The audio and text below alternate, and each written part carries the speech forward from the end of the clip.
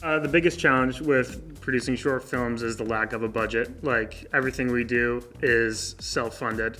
So we pretty much do our day-to-day work with music videos and corporate work, and we take some of that money, whatever we can spare, and we put that into our films. So the budget was very limiting. And then somehow we always manage to write stories that we have to produce when it's super cold.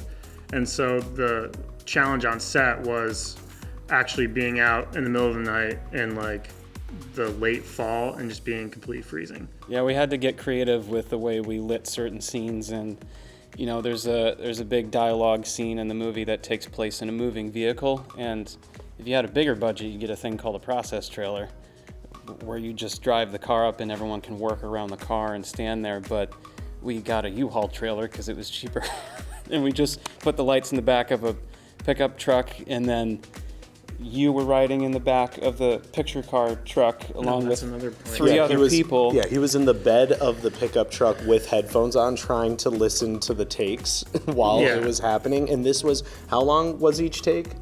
Like, their dialogue is like... It had to be like a 15-minute process. Yeah, each time. And we're just driving down the road. They act their scenes out, the two actors in the truck, and every time, Yeah, and like I said, we don't really have money, so we don't have like a very well-devised monitoring solution, so like to actually watch the take play out. So throughout that dialogue scene, I'm in the back of the truck they're driving, laying there with a monitor that's not really working, and I actually couldn't hear them during the take. So essentially it got to the point where I literally just couldn't watch the take. I just had to trust that the actors were doing it well, because if I wanted to see the whole take, we'd have to stand there in the cold and wait for me to watch the whole thing through after every take.